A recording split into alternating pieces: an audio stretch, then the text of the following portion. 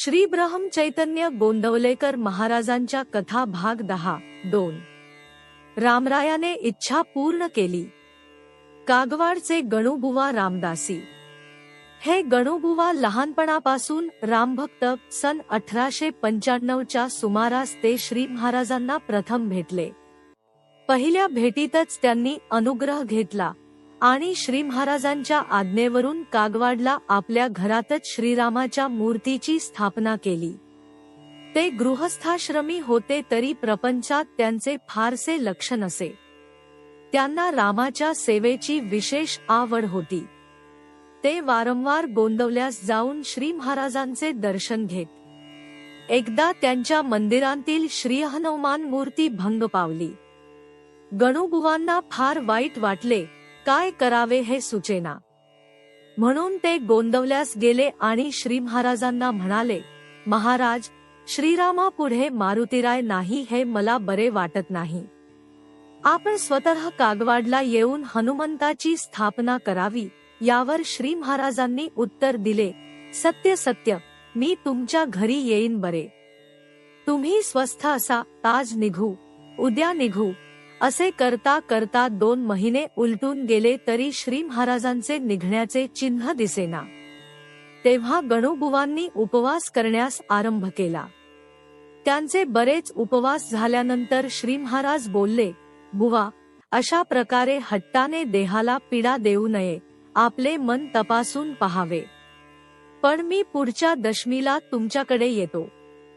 तुम्ही आता घरी जा।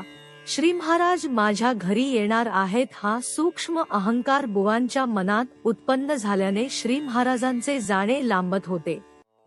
त्यांची आज्ञा झाल्यावर बुबा कागवाडला परत गेले आणि समारंभाचे तयारीला लागले। त्यांनी नाना प्रकारचे साहित्य जमा केले, आपले मंदिर पूर्णपणे शृंगारले, सुंदर पडदे रचून एक मेळा तयार केला आणि श्री महाराजांची सारखी वाट पाहू लागले। ठरलेल्या दिवशी श्री महाराज कागवाडला गेले नाही। त्यामुळे बुवांची फार निराशा झाली आणि मोठ्या दुःखित अंतःकरणाने त्यांनी पुन्हा उपोषण सुरू केले। इकडे गोंदवल्यास काका फडके श्री महाराजांना म्हणाले, महाराज, आपण मिरजेला माझ्याकडे केव्हा येणार? ते म्हणाले, केव्हा म्हणजे? उद्या येणार। चला, उद्या निघायची तयारी करा। त्याप्रमाणे लगेच श्री महाराज सर्व मंडळींसह दुसऱ्या दिवशी गोंदवल्याहून मिरजेला गेले। काका फडक्यांच्या घरी त्यांचा मुक्काम होता। दुसऱ्या दिवशी सकाळी 8 वाजण्याच्या सुमारास एक पोलीस शिपाई साध्या कपड्यात तेथे आला। तो म्हणाला, इन्स्पेक्टर पागे यांनी मला पाठविले आहे। महाराजांचा रिपोर्ट करण्यासाठीच मी येथे आलो आहे। बाहेर चाललेले बोलणे ऐकून श्री महाराज काय हो, काय आहे म्हणत पुढे आले तेव्हा त्या शिपायाने मोठ्या ऐटीने आपण का आलो आहात हे त्यांना सांगितले। श्री महाराजांनी त्याला जरा आत घेतले आणि काकांना सांगितले, काका बघा, त्याला काहीतरी द्या आणि वाटेला लावा। शिपाई काकांना तोयाने बोलला, हे पहा, 200-300 रुपये मला मिळाले तर ठीक आहे, नाहीतर मी रिपोर्ट करणार। यानंतर श्री महाराज सारखे अंत बाहेर करू लागले। 5-5 मिनिटांनी ते बाहेर येऊन म्हणाव्याचे, काका, काहीतरी व्यवस्था करा। प्रथम काकांना वाटले की हे नेहमीप्रमाणे नाटक आहे, परंतु श्री महाराजांनी घाबरून गेल्याचे इतके सोंग आणले की सर्वांची तोंडे उतरून गेली आणि तो शिपाई तितका जास्त शेफारून गेला। काकांनी त्याला एका बाजूला बोलावून त्याची समजूत काढण्याचा पुष्कळ प्रयत्न केला तरी तो मुळीच ऐकेना आणि उलट श्री महाराजांच्या समोर येऊन रिपोर्ट झाला असता होणाऱ्या गंभीर परिणामांचे मोठ्याने वर्णन करू लागला। हा प्रकार सुरू होऊन 10 वाजण्याची वेळ झाली होती। घरात बायका मंडळी देवाला नैवेद्य करण्यात गुंतली होती, पण त्यांचे अर्धे लक्ष शिपाईदादांच्या रिपोर्टाकडे लागले होते। आता या माणसाला 300 रुपये कोठून आणून द्यावेत या चिंतेने काका उदासीनपणे आणि थोड्याशा दीनपणे श्री महाराजांच्याकडे पाहत क्षणभर उभे राहिले। इतक्यात एखाद्या रंगभूमीवर पडदा बदलल्यामुळे तीच पात्रे निराळी भाषा बोलू लागतात आणि त्यामुळे निराळाच प्रसंग पुढे उभा राहतो. हुबेहूब त्याचप्रमाणे श्री महाराजांनी आपली चर्या एकदम बदलली आणि त्या शिपायाकडे पाहून ते मोठ्याने ओरडले, तू आणि तुझा तो पागे दोघेही गेलात मसणात. तू काय समजून इथे आला आहेस? चुलीत घाल तुझा रिपोर्ट. मला सरकारची भीती दाखवतोस. माझ्याकडे बघण्याची सरकारची छाती नाही. सरकारने माझ्याकडे बघितले तर मी सरकारचे डोळे फोडून टाकीन. आणि तुला लाज नाही वाटत? इथे येऊन पैसे मागतोस? काका, धरा या बदमाशाला आणि खांबाला बांधा. वादीने याला मी फोडून काढतो. 5च मिनिटांपूर्वी अगदी घाबरलेले दिसणारे श्री महाराज यावेळी इतके उग्र आणि बेफाम दिसत होते की भीतीने तो शिपाई थरथर कापू लागला. त्याने काकांचा हात घट्ट धरून ठेवला, पण थोड्या वेळाने काकांनीच त्याला श्री महाराजांच्या पायांवर नेऊन घातला. त्याने पायांवर मस्तक ठेवल्याबरोबर पुन्हा श्री महाराज एकदम शांत झाले आणि जणू काही झालेच नाही अशा रीतीने त्याला म्हणाले, अरे, पैसे खायला देखील हुशारी लागते, परंतु चांगल्या माणसाने असे कधी करू नये. आधीच आपले सरकार परकीय आहे. ते लोक आपल्याला त्रास देऊन लुटत आहेतच. यात निदान आपल्या लोकांनी तरी लोकांना सुख लागेल असेच वागावे. लोकांच्या असहायतेचा आणि गरिबीचा फायदा आपण घेऊ नये. त्यांचा तळतळाट लागू देऊ नये. गरिबांना खरी मदत करायची तुम्हा लोकांना केवढी संधी आणि शक्ती असते. तुम्ही त्याचा योग्य उपयोग करून घेत नाही.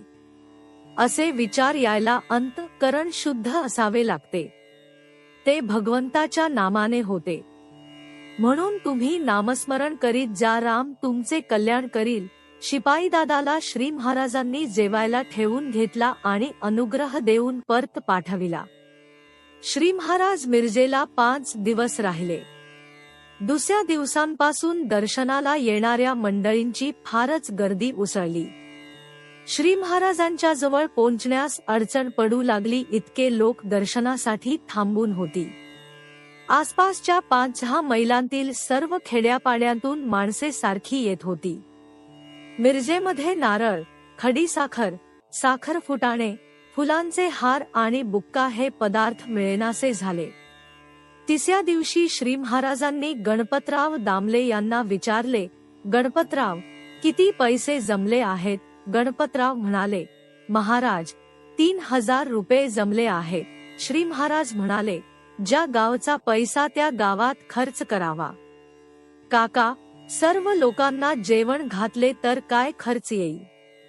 काका म्हणाले, महाराज, मिरजेतल्या 1000 रुपये लागतील. श्री महाराज गणपतरावाकडे पाहून बोलले, यांना 1000 रुपये द्यावे.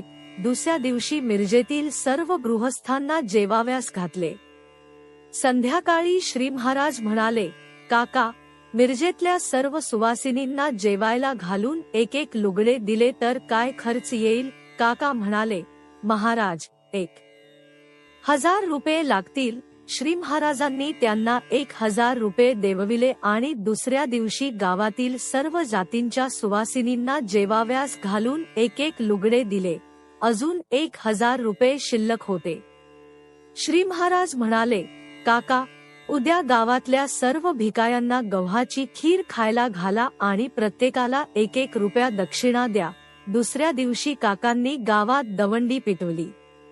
दुपारी 12 वाजाव्याच्या सुमारास जवळजवळ 500 भिकारी पत्रावळी मांडून आळीमध्ये खीर खाव्यास बसले. श्री महाराज त्यांना दक्षिणा देण्यास स्वतः आले. सुग्रास अन्नासाठी हापापलेल्या त्या मूर्तिमंत दारिद्र्याला पाहून त्यांच्या डोळ्यांमध्ये पाणी उभे राहिले. अशा रीतीने सर्व पैसे संपले.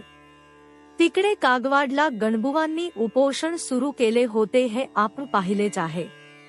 मिरजेला असतानाच एके दिवशी रात्री 12 वाजता श्री महाराजांनी अंताजी पंतांना हाक मारली व त्यांना सांगितले, पंत, व्यंकट भट्टांना बरोबर घेऊन उद्या सकाळच्या गाडीने कागवाडला जा, गणूबुवाच्या घरी जा आणि तेथे पोचल्याबरोबर बाहेरूनच मोठ्याने ओरडा की महाराज आले. गेल्याबरोबर बाहेरून ओरडायचे मात्र लक्षात ठेवा. इकडे उपोषण करून 7 दिवस झाले तरी श्री महाराज अजून येत नाहीत म्हणून बुवांनी विषप्राशन करण्याचा निश्चय केला. त्याप्रमाणे दुपारी 3 वाजता बुवांनी एका तांब्याच्या फुलपात्रात सोमल तयार करून आपल्या पुढे ठेविले. त्यांनी एक माळ जप केला. श्री महाराजांची ओवाळू आरती, सद्गुरु चैतन्य ब्रह्मा ही आरती म्हणून त्यांना नमस्कार केला आणि डोळे पाण्याने भरून येऊन विष पिण्यासाठी बुवांनी भांडे उचलले. इतक्यात बुवा महाराज आले असे शब्द त्यांनी ऐकले. भांडे तसेच खाली ठेवून त्यांनी खिडकीतून पाहिले तर अंताजीपंत आणि व्यंकट भट्ट हे दोघे त्यांना दिसले. तसेच ते धावत खाली आले आणि पंतांना त्यांनी मिठी मारली. थोड्या वेळाने भावनेचा भर ओसरला आणि आपण केवढे भयंकर कृत्य करीत होतो, पण शेवटी श्री महाराजांनीच आपल्याला त्यातून किती चातुर्याने वाचविले याची जाणीव बुवांना झाली व ते मोठ्याने रडू लागले. व्यंकट भट्टांनी ते विष मोरीत ओतून दिले आणि सांगितले, बुवा तुम्ही काळजी करू नका, आम्हाला मुद्दाम पुढे पाठविले आहे. महाराज उद्या येणार आहेत. जमलेले सर्व पैसे खर्च करून झाल्यावर श्री महाराज मिरजेच्या स्टेशनवर आले. प्लॅटफॉर्मवर एक खुर्ची टाकून ते बसले होते. गाडी येण्यास अवकाश होता. इतक्यात कोल्हापूरची मंडळी आली आणि त्यांनी कोल्हापूरला येण्याचे आमंत्रण केले. सांगलीची मंडळी आली व त्यांनी सांगलीला येण्याचे आमंत्रण केले. जमखंडीची मंडळी आली व त्यांनी जमखंडीला येण्याचे आमंत्रण केले. सर्वांना श्री महाराज म्हणाले, आपण असे करू की ज्या बाजूची गाडी पहिल्याने येईल त्या बाजूला प्रथम जाऊ. त्यांना कागवाडला जावयाचे होते आणि बेळगावकडील गाडी पहिल्याने आल्यामुळे सर्व मंडळी तिच्यात बसली. श्री महाराज शेडबाळला उतरले तेव्हा गणूबुवा सर्व लोकांना घेऊन त्यांना सामोरे आले. सर्वांनी साष्टांग नमस्कार घातले. कागवाडात रस्त्यावर सडे टाकून रांगोळ्या घातल्या होत्या. ताशे वाजंत्री वाजत होती. भजनी मंडळी टाळ वीणा घेऊन नाचत चालत होती. मेळे टिपया वाजवीत व गोड पढे म्हणत चालले होते. खुद्द गावामध्ये सुवासिनींनी श्री महाराजांच्यावरून ओवाळून टाकले आणि आरत्या ओवाळल्या व मंदिरापाशी आल्यावर बुवांनी त्यांच्यावर गुलाबाची फुले उधळली. कागवाडात नवीन जीवन संचारल्याप्रमाणे वाटू लागले. तो एक मोठा उत्सव झाला. बुवांनी 200 माणसांचे अन्न शिजविले होते, पण दर्शनाला येणाऱ्या प्रत्येक माणसाला श्री महाराज जेवून जाण्यास सांगत होते, म्हणून जवळजवळ 1000 लोक जेवून गेले. मिरजेप्रमाणे येथेही फार गर्दी झाली. बाजारात नारळ मिळेना.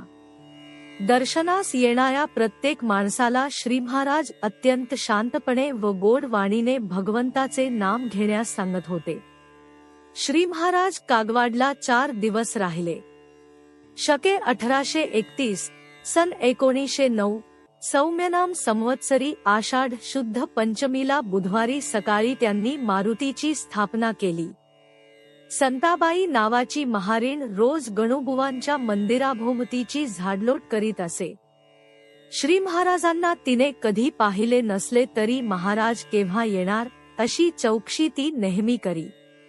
एक दिवस बुवांनी सहज तिला विचारले, काय ग संते, महाराजांच्या पाशी तू काय मागशील?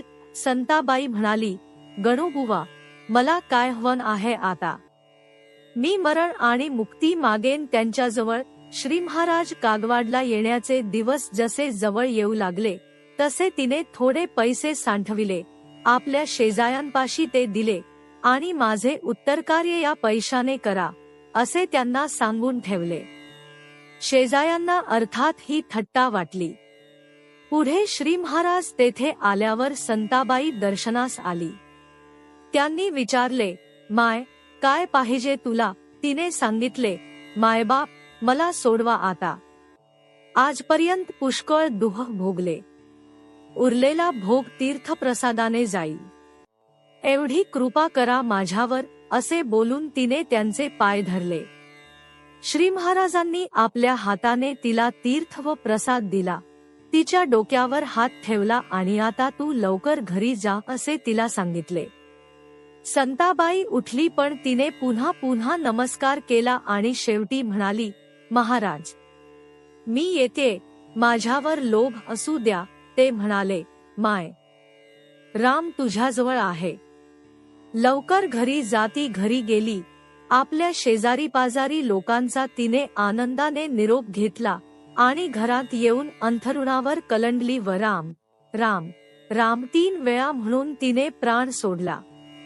ती गेली हे सांगण्यासाठी महार लोक आले. त्यावेळी श्री महाराज बोलले, ती बाई फार पुण्यशील होती, तिची योग्यता इथे कोणाला कळली नाही. ती चांगल्यापैकी अधिकारी होती. पूर्वकर्माने ती महारीण झाली, परंतु आता फारच चांगल्या गतीला गेली.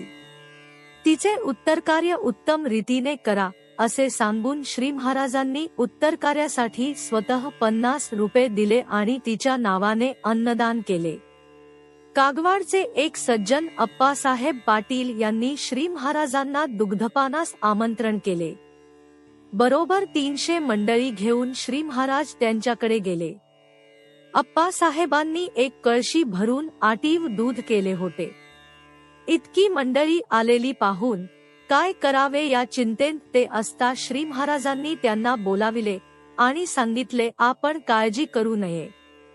रामाला नैवेद्य दाखवून कळशी माझ्याकडे आणून द्या. त्याप्रमाणे पाटलांनी कळशी त्यांच्या पुढे ठेवली. श्री महाराजांनी स्वतः आपल्या हाताने प्रत्येकाला आग्रह करून दूध पाजले. सर्वांनी पोटभर दूध पिऊन 2 शेर दूध कळशीमध्ये शिल्लक उरले. गणूबुवांच्या राम मंदिरापाशी एक पाण्याची विहीर होती, पण तिचे पाणी भयंकर खारे असल्याने उत्सवाच्या वेळी पाण्याचा फार तुटवडा पडे. बुवांनी ही गोष्ट श्री महाराजांच्या कानावर घातली. तेव्हा ते म्हणाले, बुवा, उत्सवाच्या वेळी स्वयंपाकासाठी हे पाणी घ्या. राम पाण्याला गोडी आणि हे बोलणे सकाळी झाले. त्याच दिवशी दुपारी एक गोसावी कावड घेऊन श्री महाराजांची चौकशी करीत आला. दर्शन घेऊन त्याने आपली कावड त्यांच्या पायी अर्पण केली आणि तो म्हणाला, महाराज, मैं हूँ श्री शंकर का भक्त. काशी की गंगा मैं रामेश्वर को ले जा रहा था, परंतु श्री शंकर ने मुझे दृष्टांत दिया और आज्ञा किया कि कागवाड़ में श्री ब्रह्म चैतन्य को गंगा दे दो, मुझे वह मिल जाएगी. इस वास्ते मैं यहाँ आया हूँ. यह गंगा आपके चरणों में रखता हूँ, इसे कृपा करके ग्रहण कीजिए. श्री महाराजांनी त्या वैराग्याचा मोठा आदर केला. कावडीमधील गंगा सर्वांच्या अंगावर शिंपडली व सांगितले, बुबा, रामाने अनायासे गंगा पाठवून दिली आहे. आपण ती विहिरीमध्ये टाकू. रामाच्या कृपेने पाणी गोड होईल. एका भांड्यात गंगा घेऊन सर्वजण राम राम म्हणत असताना श्री महाराजांनी ती त्या विहिरीत टाकली. त्या विहिरीचे पाणी गोड झाले. गोसाव्याला त्यांनी काशीला परत पाठवून दिला. कागवाडला एक कापडाची गिरणी होती. गिरणीचा मालक मुरारजी या नावाचा भाटिया गृहस्थ होता. हा मनुष्य मोठा उदार मनाचा आणि भाविक अंतःकरणाचा होता, परंतु त्याला मूलबाळ नसल्याने तो उदास असे. त्याने श्री महाराजांना आपली गिरणी पाहण्यास आमंत्रण केले. गावच्या सर्व लोकांना खीरपुरीचे जेवण घालण्याचे मुरारजीने कबूल केले. तेव्हा श्री महाराजांनी त्याचे आमंत्रण स्वीकारले. ठरल्याप्रमाणे संध्याकाळी सर्व मंडळींना बरोबर घेऊन गिरणीमध्ये ते गेले. त्या ठिकाणी मनसोक्त अन्नदान झालेले पाहून त्यांना संतोष झाला व ते म्हणाले, शेठजी, तुम्ही केलेले हे अन्नदान बघून मला आनंद वाटतो. याबद्दल तुम्हाला काय द्यावे सांगा. मुरारजी म्हणाला, महाराज, मला सर्व काही अनुकूल आहे, पण माझी संपत्ती भोगायला मला मुलगा नाही याचे वाईट वाटते. हे ऐकून श्री महाराज बोलले, ठीक आहे, राम तुम्हाला देईल. तुम्ही नवरा बायकोनी मिळून 3.5 कोटी रामनामाचा जप करावा. त्याने रामनामाचा जप केला व त्याला मुलगा झाला.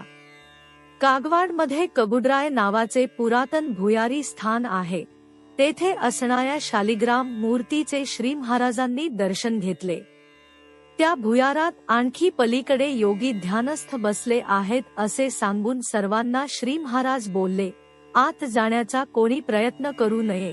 तसे केल्यास गामवाला अपाय होईल. कोणी पुढे जाऊ लागल्यास भुंग्यांचे थवे अंगावर येतात आणि पुढे जाणे अशक्य करून सोडतात. श्री महाराज कागवाडला असताना उगार येथून 2 तरुण मुले त्यांना घेऊन जाण्यास आली. आपल्या बरोबरीची सर्व मंडळी श्री महाराजांनी पुढे पाठवून दिली. दुसऱ्या दिवशी सकाळी गणपतराव दामले यांना बरोबर घेऊन ध्वनीमध्ये बसून श्री महाराज उगारला जाण्यास निघाले. कागवाड सोडून 2 मैल गेल्यावर मागून एक टांगा धावत आला. बेळगावचे मोरोपंत मराठे वकील आपल्या मित्राला घेऊन श्री महाराजांना भेटण्यास आले होते. श्री महाराज गोंदवल्यास भेटतील या अपेक्षेने मराठे प्रथम तिकडे गेले होते. तेथे कळले की श्री महाराज मिरजेस गेले आहेत म्हणून ते मिरजेला गेले. तिथे कळले की श्री महाराज कागवाडला गेले आहेत म्हणून ते कागवाडला गेले. तेथे त्यांना कळले श्री महाराज उगारला गेले आहेत म्हणून ते उगारला जाण्यास निघाले होते. मागून टांगा येत असलेला पाहून श्री महाराजांनी ध्वनी थांबविली व आपण बाहेर उतरले. मराठे व त्यांचा मित्र टांग्यातून खाली उतरले. श्री महाराजांच्या पाया पडले आणि तिघेजण बाजूला जाऊन आपल्या कामाविषयी बोलले. तुम्ही बेळगामवाहून केव्हा निघाला असा प्रश्न श्री महाराजांनी त्यांना विचारला तेव्हा मराठे बोलले, महाराज आपल्या शोधात आम्ही 2 दिवस फिरत आहोत. आम्ही 2 दिवस उपाशी आहोत. हे ऐकून श्री महाराज गणपतरावांकडे बघून बोलले, यांना कान्ही खायला द्यावे. गणपतराव गप्प बसले. तेव्हा श्री महाराज म्हणाले, कशी रे तुम्ही माणसे, प्रवासात नेहमी काहीतरी खायचं बरोबर ठेवावे एवढे देखील तुम्हाला कळत नाही. हे दोघेजण 2 दिवस उपाशी, यांना खायला नको द्यायला हे बोलणे चालू होते. त्याच वेळी एक मनुष्य डोक्यावर हारा घेऊन तिकडेच येताना आढळला. जवळ आल्यावर त्याने हारा खाली ठेवला आणि तो म्हणाला, महाराज दिवाळीचे फराळाचे जिन्नस आपल्याला खायला घालावेत अशी माझी फार इच्छा होती. पण आप उगारला गेलात असे कळले म्हणून मी हे घेऊन इकडे आलो आहे. श्री महाराज म्हणाले, वा फार बरे झाले. रामानेच तुला पाठविले यात शंका नाही. गणपतराव झाडाची पाने तोडा आणि त्यावर या दोघांना खायला द्या. पण जंगलात पाणी कुठून आणायचे? खाल्ल्यावर पाणी पाहिजे ना. श्री महाराज हे शब्द बोलून इकडे तिकडे पाहू लागले आणि तेवढ्यात एक मनुष्य डोक्यावर घागर घेऊन येताना दिसला. जवळ आल्यावर त्याने घागर खाली ठेवली आणि तो म्हणाला, महाराज ही गंगा आपल्या चरणांवर घालावी म्हणून मी आणली आहे. तिचा स्वीकार आपण करावा. श्री महाराज म्हणाले, वा रे वा, काय रामाची कृपा आहे. आपण पाणी मागितले तर रामाने गंगा पाठविली. त्यांचे हे बोलणे ऐकून गणपतरावांना हसू आले. खाणेपिणे झाल्यावर मराठे व त्यांचा मित्र निघून गेले. श्री महाराज ध्वनीत चढता चढता एक पाय पायट्यावर ठेवून गणपतरावांना म्हणाले, का रे घा हसलास का? गणपतराव गप्प बसले आणि श्री महाराज पुढे बोलले, अरे यात काय आहे. ही विद्या अगदी सोपी आहे. काल काय झाले याची आठवण करू नये.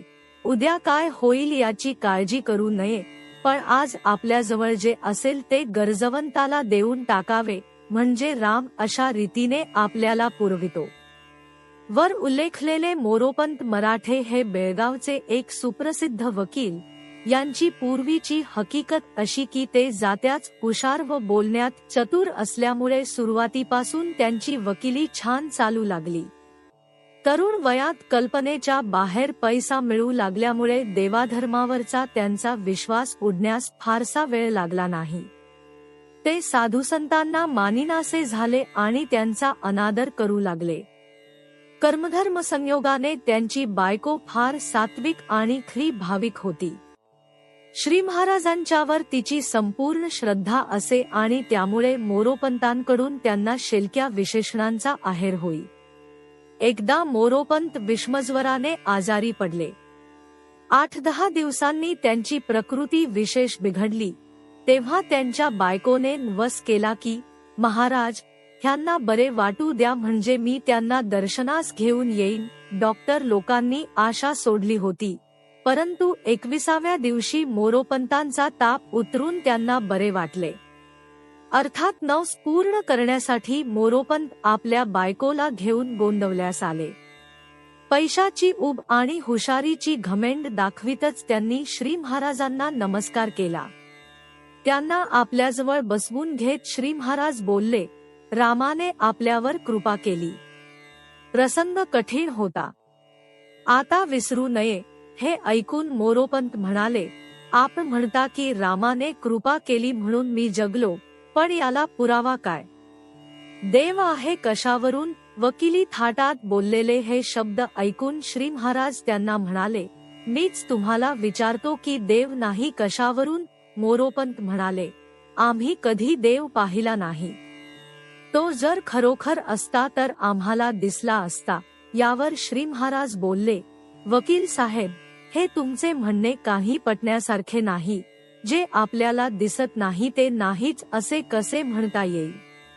पृथ्वीचा मध्य तुम्हाला दिसत नाही, हिमालयाचे गौरीशंकर शिखर तुम्हाला दिसत नाही, समुद्राच्या तळाशी वावरणारे मोठे मासे तुम्हाला दिसत नाही, तुमचा मेंदू तुम्हाला दिसत नाही, म्हणून या गोष्टींना अस्तित्वच नाही असे तुम्ही म्हणता काय? तरी मोरोपंत म्हणाले, परंतु गौरीशंकर कोणीतरी पाहिले आहे. त्याच्या सांगण्यावर आपण विश्वास ठेवून चालतो. लगेच श्री महाराज म्हणाले, तेच माझे म्हणणे आहे. व्यवहारात जर असा विश्वास ठेवून जीवन चालते तर मग संतांनी काय पाप केले आहे? ते नेहमी सांगत असतात की देव आहे, कारण आम्ही त्याचे दर्शन घेतले आहे. या त्यांच्या सांगण्यावर आपण का विश्वास ठेवू नये? शिवाय संत हे तुमच्या आमच्यापेक्षा निःस्वार्थी असतात असे त्यांच्या चरित्रावरूनच आपणास दिसते. मग सांगा, त्यांचं म्हणणे खरे मानावे की नाही? मोरोपंत कुंठित झाले व श्री महाराजांना काय उत्तर द्यावे याचा विचार करीत गप्प राहिले. हे पाहून श्री महाराज त्यांच्या कानात हळूच म्हणाले, हे पहा, तुमच्यासारख्या 10 वकिलांचा मी गुरु आहे बरे का? मोरोपंत अधिक वाद घालण्याचा भानगडीत पडले नाही. श्री महाराजांना त्यांनी साष्टांग नमस्कार घातला. 4 दिवस राहून व त्यांचा अनुग्रह घेऊन मोरोपंत घरी परत गेले. असो, उगारला सर्व मंडळींची उतरण्याची सोय एका मंदिरामध्ये केली होती. तेथे श्री महाराज गेले. इतक्यात एक नवीन भानगड उत्पन्न झाली. जी 2 मुले आमंत्रण करण्यास कागवाडला आली होती त्यांपैकी एका मुलाचा बाप परगावी गेला होता. तो त्याच दिवशी परत आला आणि घरी श्री महाराजांच्या स्वागताची तयारी झालेली पाहून तो भडकला व मुलाला पुष्कळ बोलला. याचा परिणाम असा झाला की त्याच्याकडील जेवणाचा बेत राहून गेला आणि तो मुलगा रुसून श्री महाराजांच्याकडे मंदिरात येऊन राहिला. 3 रुपयांचे चुरमुरे आणून श्री महाराजांनी मंडळींना खायला घातले.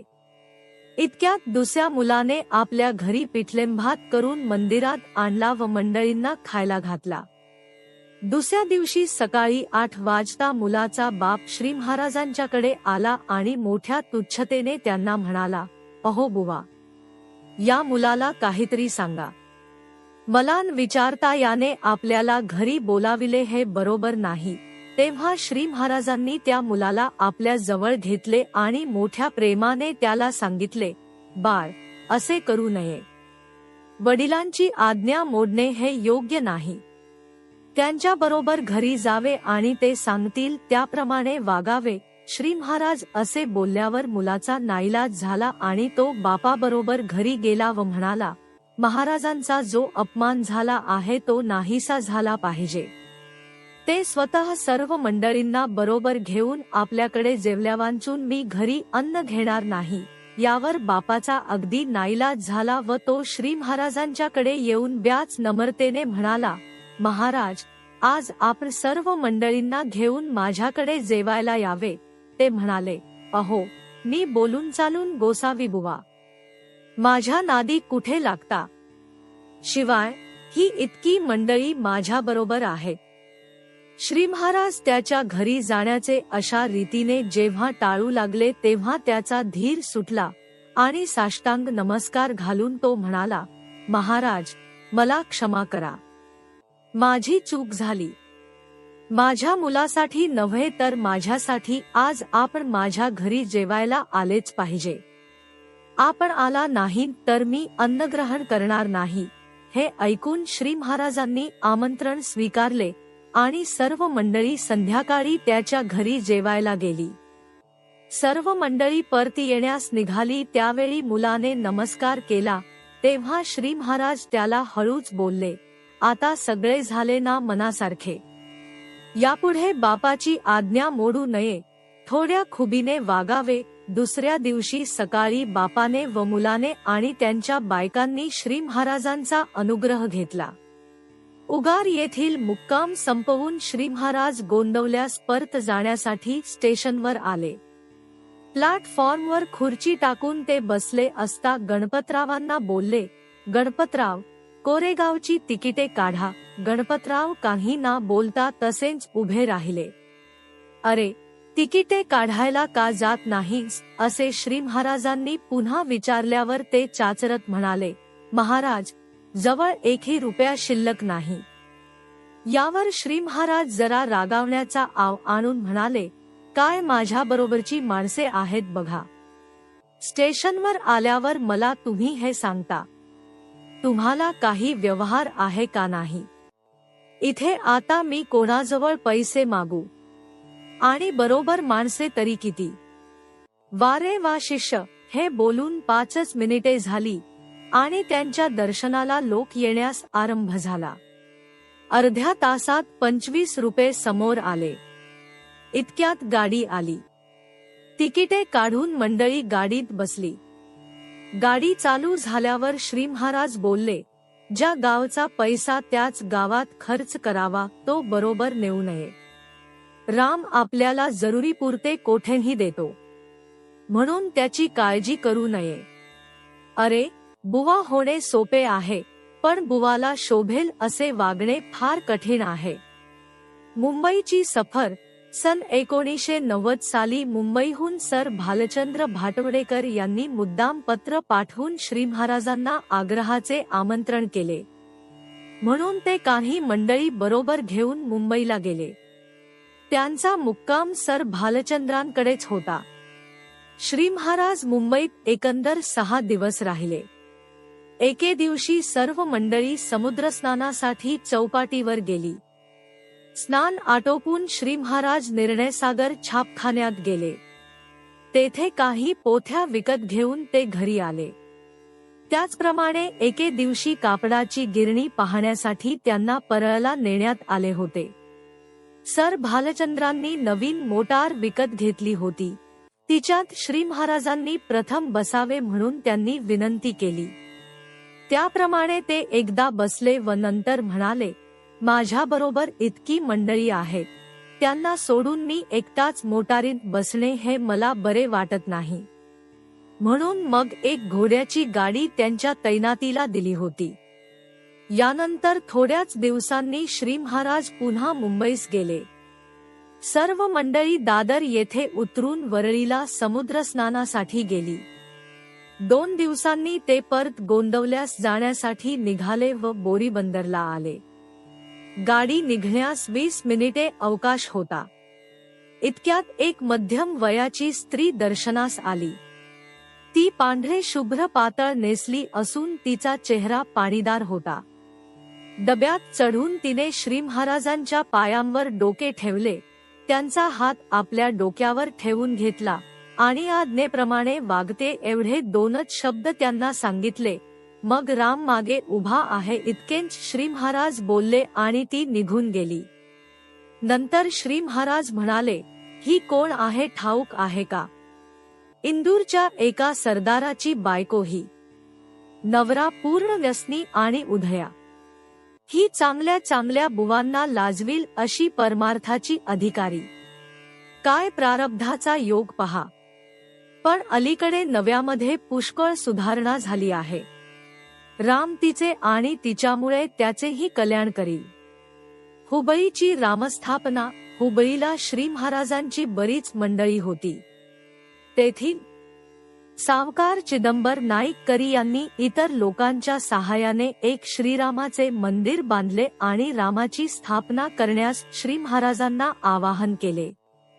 म्हणून मुंबईहून परत आल्यानंतर त्याच साली पुष्कळ मंडळी बरोबर घेऊन श्री महाराज हुबळीला गेले.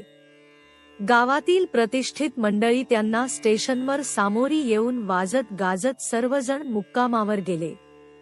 ज्या दिवाणखान्यात श्री महाराजांना प्रथम नेऊन बसविले तेथे त्यांच्या दर्शनासाठी विलक्षण गर्दी उसळली. 3-4 तास सारखे लोक येऊन पाया पडून जात होते. रात्रीचे 9 वाजले तरी गर्दी कमी होण्याचे चिन्ह दिसेना. तेव्हा तबीबांनी श्री महाराजांना मागच्या दाराने हळूच बाहेर काढले आणि वरच्या मजल्यावर एका खाजगी खोलीत नेऊन बसविले. त्यांच्या सेवेला एक मनुष्य दिला व त्या बाजूला कोणास येऊ देऊ नये असे त्याला बजावून तबीब निघून गेले. खोलीमध्ये कोनाड्यात एक मेणबत्ती जळत होती. सेवेकरी मनुष्य त्यांना पंख्याने वारा घालीत होता.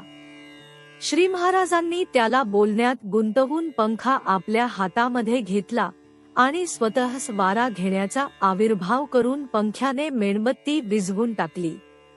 एकदम अंधार झाल्यामुळे कोणास काहीच दिसेना. सेवेकरी मेणबत्ती लावण्याच्या खटपटीत गुंतला होता.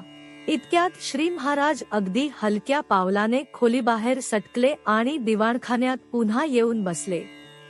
दर्शनाची वाट पाहत असलेल्या त्या लोकांना श्री महाराज आलेले पाहून परमानंद झाला.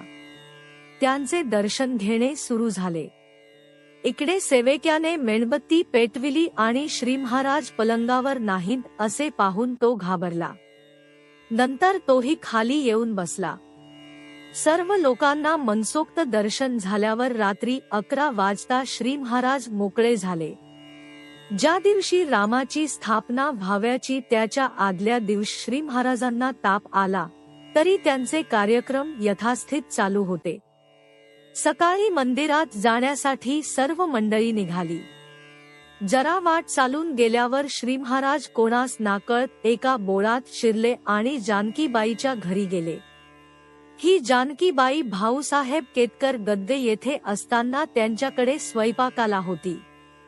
तिला जगात कोणी नात्याचे नव्हते. बाई फार निर्लोभी व निष्ठावंत होती.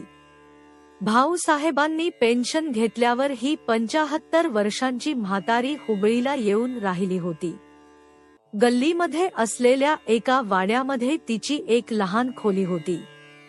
ही खोली म्हणजे मूर्तिमंत दारिद्र्य राजाचे ऐश्वर्य ज्यांच्या पायावर लोळत आहे असे श्री महाराज दत्त म्हणून आपल्या घरी आलेले पाहून जानकीबाईला एकदम संकोचल्यासारखे झाले आणि त्यांना नमस्कार करून बसाव्यास देण्याचेही भान तिला राहिले नाही. एका फाटक्या सतरंजीवर बसून श्री महाराज म्हणाले, जानकीबाई, मला कालपासून ताप आला आहे. माझ्या तोंडाला मुळीच चव नाही. कालपासून मी काही खाल्लेही नाही. बुटकुल्यात एवढासा मऊ भात शिजवा आणि आमसुलाचे सार करून मला सारभात खायला घाला. हे ऐकून ती भानावर आली. तिने त्यांना नमस्कार केला आणि आपले अंथरूण घालून त्यावर पडण्यास सांगितले. शेगडी पेटवून तिने लवकर लवकर सारभात केला आणि श्री महाराजांना खरोखरीच आपल्या हाताने भरवला. भात खाऊन झाल्यानंतर हात धुवून श्री महाराज जाण्यास निघाले. जानकीबाई त्यांच्या पाया पडली. त्यावेळी दोघांच्याही डोळ्यांना पाणी आले.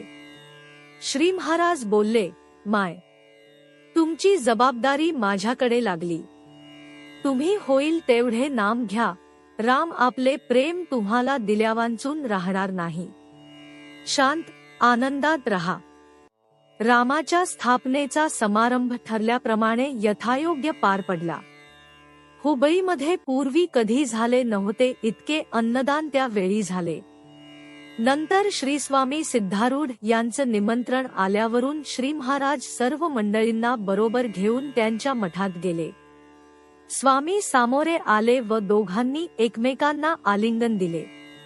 आपल्या शिष्यांना काही सांगावे अशी विनंती स्वामींनी केली असता श्री महाराज म्हणाले, आपण प्रत्यक्ष हजर असताना मी काही सांगावे हे योग्य नाही, पण आपले दर्शन झाल्याने मला मोठा आनंद झाला. त्याच्या आनंदात आपल्या मंडळींनी नेहमी राहावे असे मला वाटते. नंतर मंडळींना उद्देशून ते बोलले, तुम्ही सर्वजण फार भाग्यवान आहात म्हणून स्वामींचा सहवास तुम्हाला लाभला आहे. त्यांच्या वचनावर पूर्ण विश्वास ठेवून प्रपंचात राहाल तर आणखी काही परमार्थ करण्याची जरूर नाही. भगवंताचे अखंड स्मरण राखावे हीच स्वामींची आज्ञा आहे याची मला खात्री आहे. ते स्मरण राखण्याचा तुम्ही प्रयत्न करावा. त्यासाठी नामस्मरण करावे आणि त्यासाठीच संतांचा सहवास करावा. असे जो करील त्याच्या हाताला धरून स्वामी भगवंतापर्यंत पोचवतील ही भी हमी देतो. श्री महाराजांचे हे भाषण ऐकून सिद्धारूढ स्वामी साधू साधू वा वा फार छान असे उद्गारले आणि त्यांच्या डोळ्यातून अश्रुधारा वाहू लागल्या. हरिहरांमध्ये अभेद आहे असे दोघेही बोलले आणि सभा संपली. पुढे स्वामींनी आपला सर्व मठ व आपली बांधून ठेवलेली समाधी श्री महाराजांना दाखविली आणि पुन्हा एकमेकांचे आलिंगन होऊन श्री महाराज घरी परत आले. आणखी एक दिवस राहून सर्व मंडळी हुबळीहून निघाली. थोडी माणसे बरोबर घेऊन श्री महाराज गोंदवल्यास आले. खाडची रामस्थापना.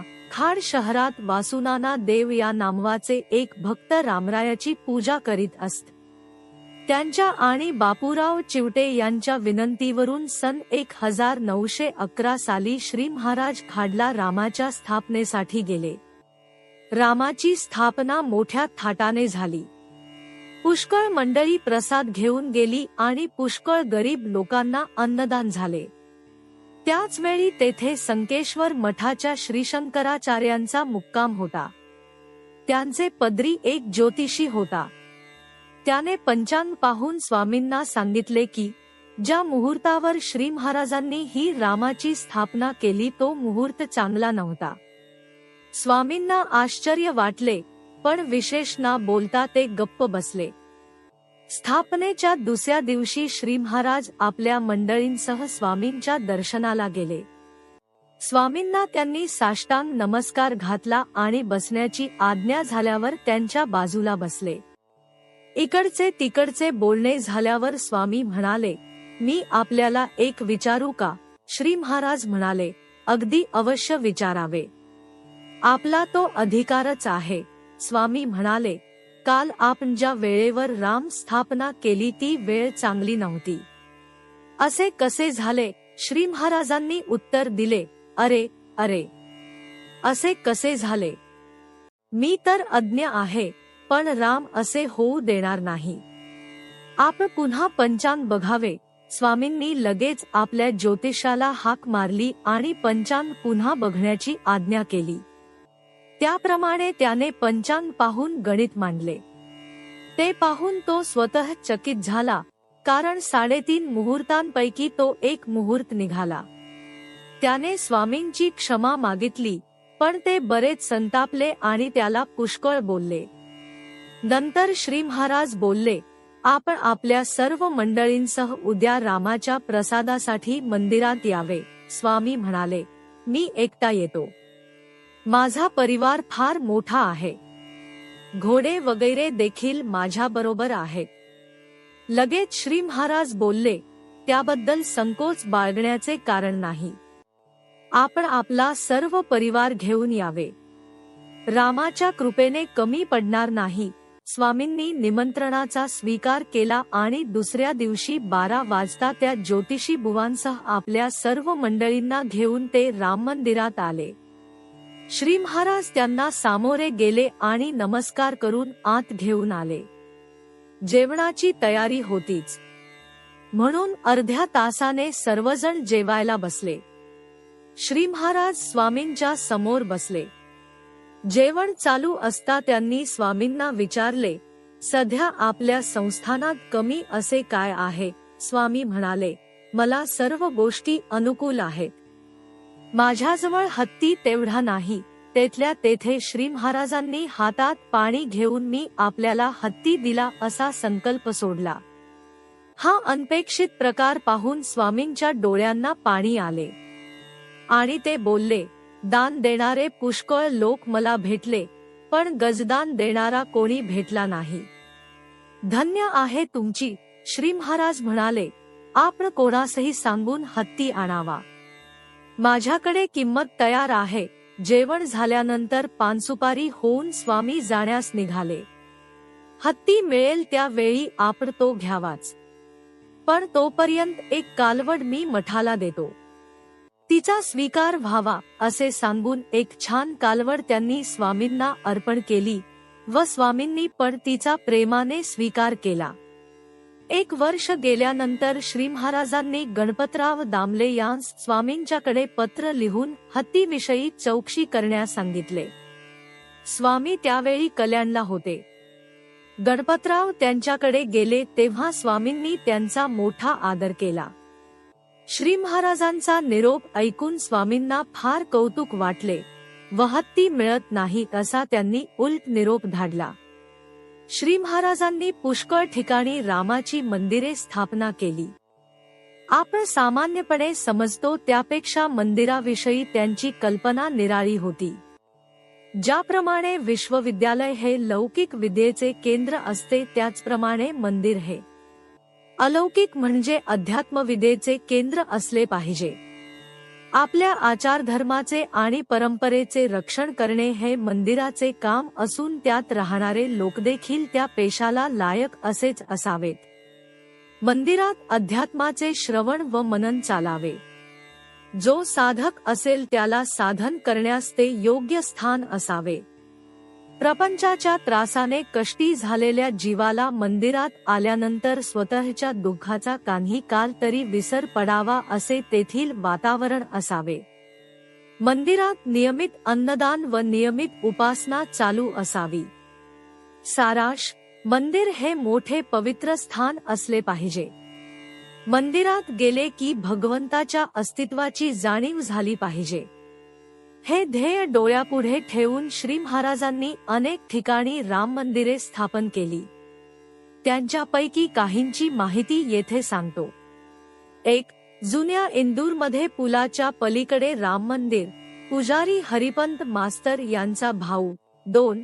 हरदा येथील राम मंदिर, काशीनाथभ्या सावकार यांनी बांधून दिले. मंदिराला जमीन पुष्कळ. पुजारी कै महादेव भट. 3.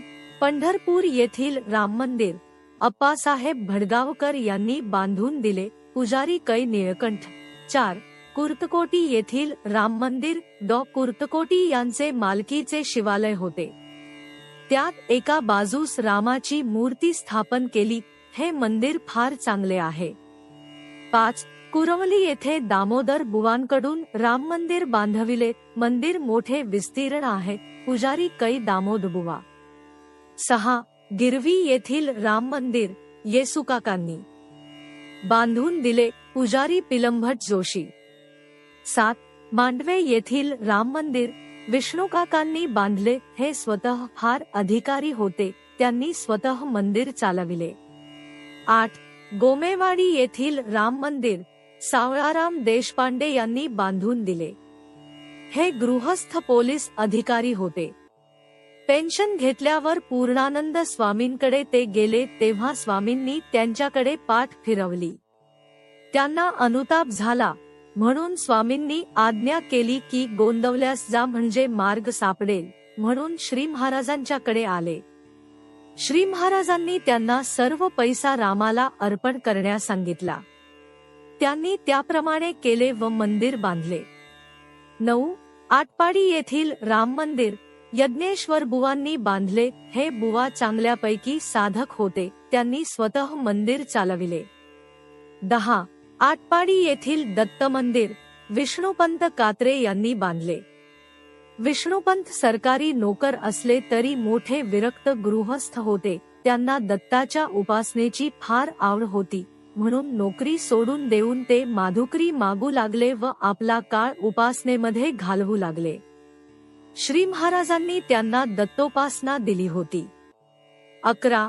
कागवाड येथील राम मंदिर पुजारी गणूबुवा रामदासी. 12.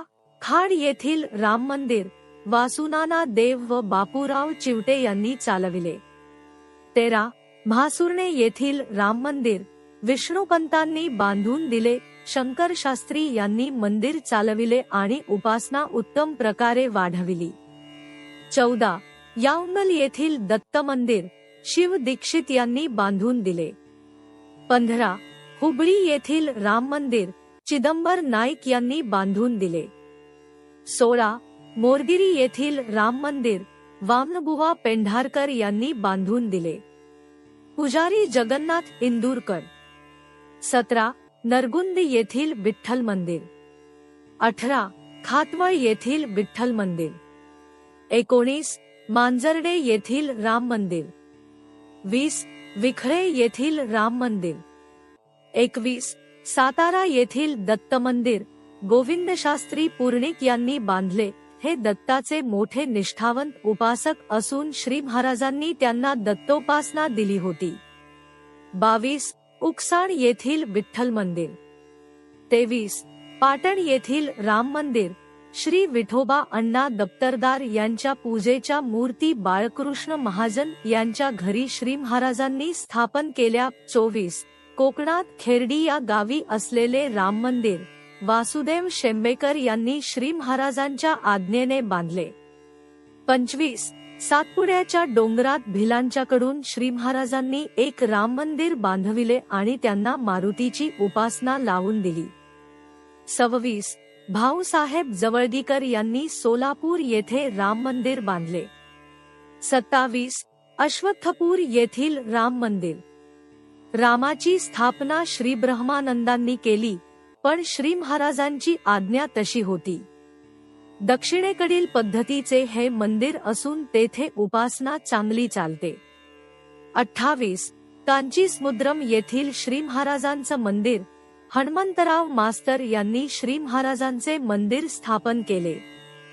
या मंदिरात मुख्य देव श्री महाराज होत. 29. म्हैसूरजवळ चिंतामणी येथे श्री व्यंकणिया यांनी मंदिर बांधले आणि श्री महाराजांनी रामाची स्थापना केली. रामाची प्राणप्रतिष्ठा करण्याच्या वेळी श्री महाराजांनी अत्यंत कळवळ्याने आणि आर्तपणे पुढील अभंग म्हटला. ये रे रघुनाथा, तुझे चरणी माझा माथा, तुंची माझा माता पिता. तुझवीण नाही त्राता, जीव झाले कष्टी फार. कृपा करी रघुवीर, तुझे चरणी माझा माथा. कृपा करी रघुनाथा, दीनदास येई काकुळती. तुझवीण नाही प्रीती, यावे यावे रघुनाथा, तुमचे चरणी माझा माथा. हा अभंग सांगत असता श्री महाराजांच्या आवाजामध्ये इतकी आर्तता होती की ऐकणाऱ्या सर्व माणसांच्या डोळ्यातून अश्रुधारा वाहू लागल्या. भजन मनापासून घडावे. खाडहून परत आल्यानंतर श्री महाराज बरेच दिवस गोंदवल्यास राहिले. अलीकडे त्यांना दम्याचा विशेष त्रास होऊ लागला होता.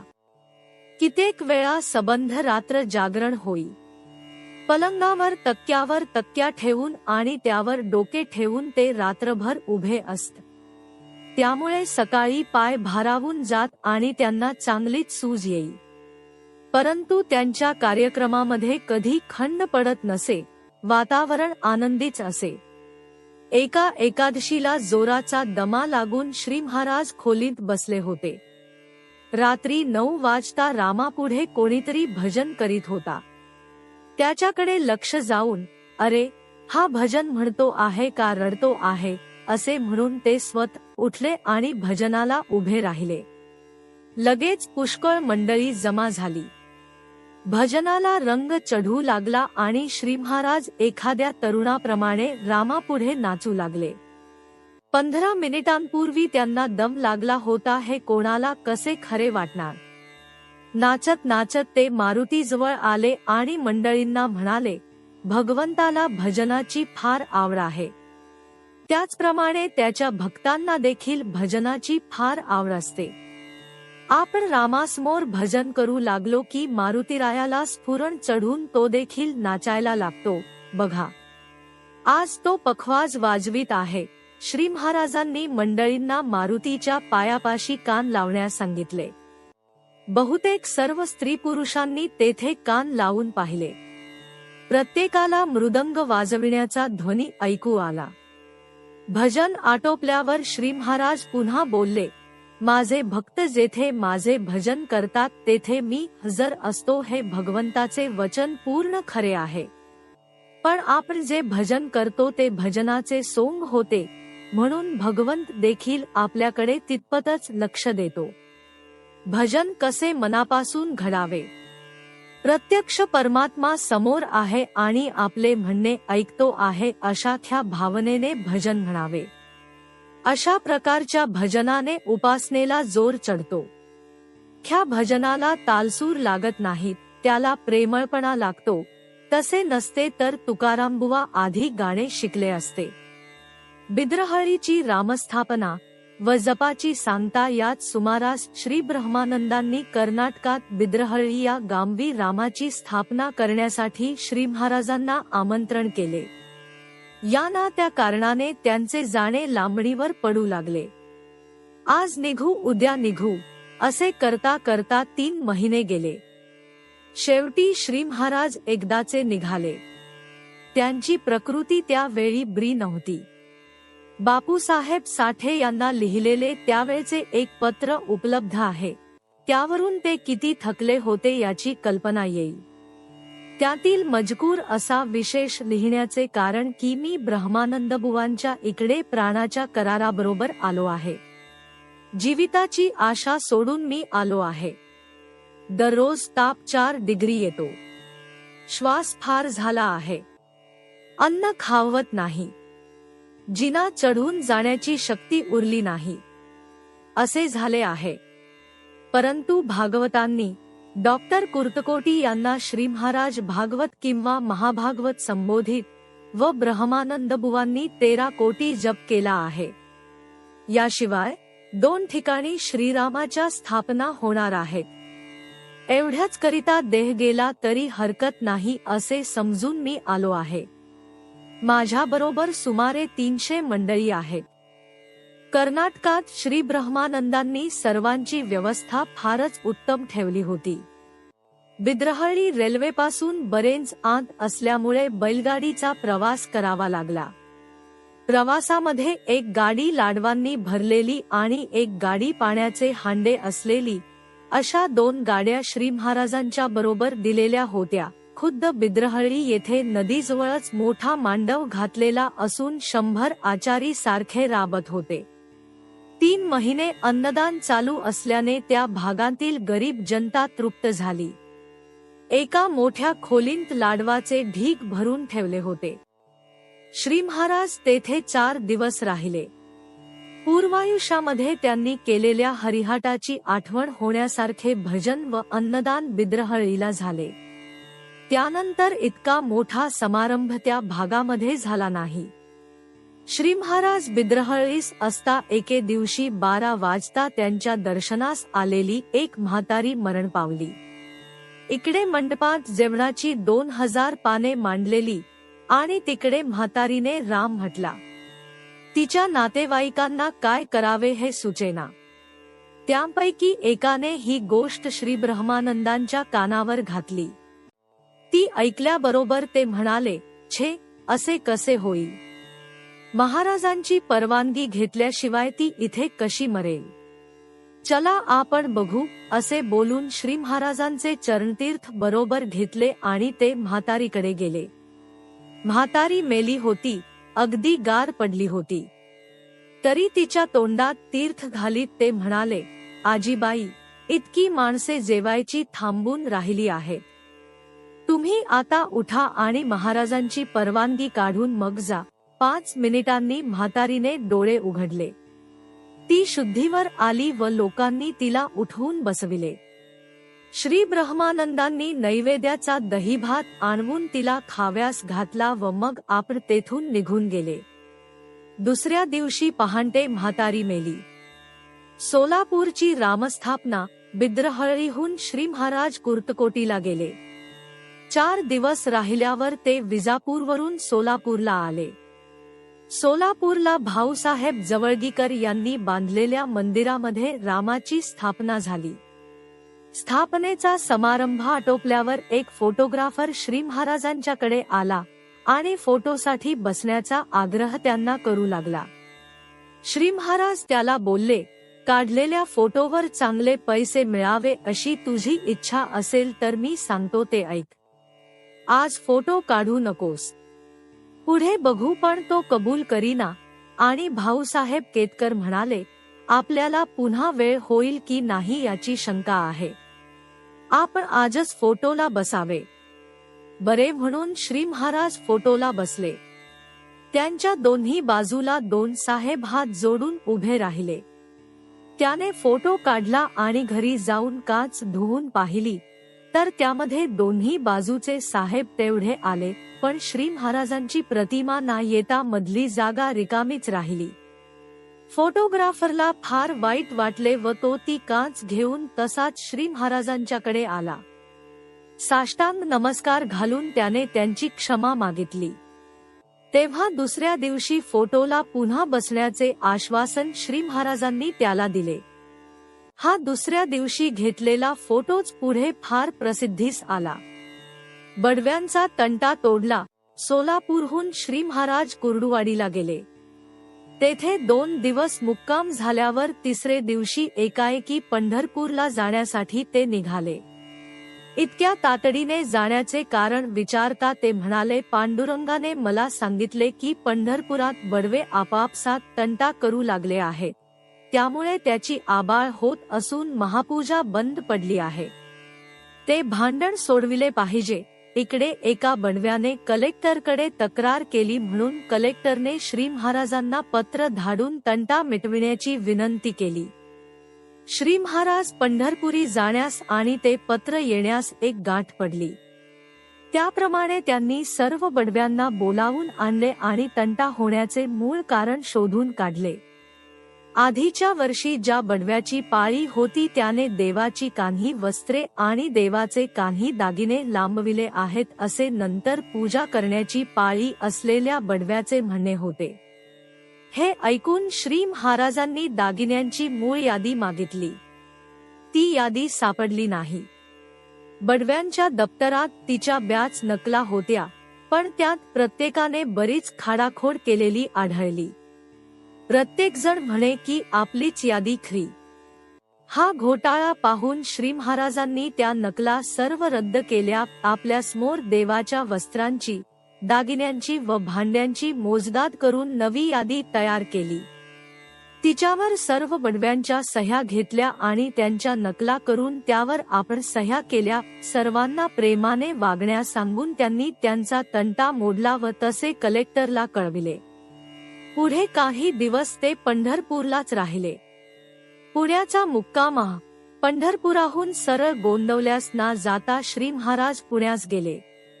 तेथे सर्व मंडळींची भेट घेऊन प्रत्येकास नामाचा आधार ना सोडण्याविषयी बजावून सांगितले. गणपतराव दामले यांच्या घरी आले असता श्री महाराजांनी बारामतीच्या पूर्णानंद स्वामींचा फोटो सहज पाहिला. तो पाहून त्यांनी विचारले, गणपतराव यांचे वय काय असेल सांगा बरे. गणपतराव बोलले, 70-75 असेल. यावर श्री महाराज बोलले, 100च्या पुढे बोला. त्यांचे वय कमीत कमी 150 वर्षांचे आहे. 2 दिवसांनी ते गोंदवल्यास जाण्यास निघाले. त्यावेळी सर्व मंडळी त्यांना पोचविण्यास स्टेशनवर गेली होती. गणपतराव गाडीच्या पायरीवर उभे होते आणि श्री महाराज खिडकीशी बसले होते. इकडचे तिकडचे बोलणे चालू होते. इतक्यात गाडी चालू झाली. तेव्हा गणपतरावांच्या तोंडावरून प्रेमाने हात फिरवून श्री महाराज बोलले, बाळ, वाईट वाटून घेऊ नकोस. मी पुन्हा आलो म्हणजे तुझ्या घरी मीठ भाकरी खायला येईन. गणपतरावांनी आपले डोळे पुसले व ते खाली उतरले. जानकी जीवन स्मरण जय जय राम. श्रीराम जय राम जय जय राम.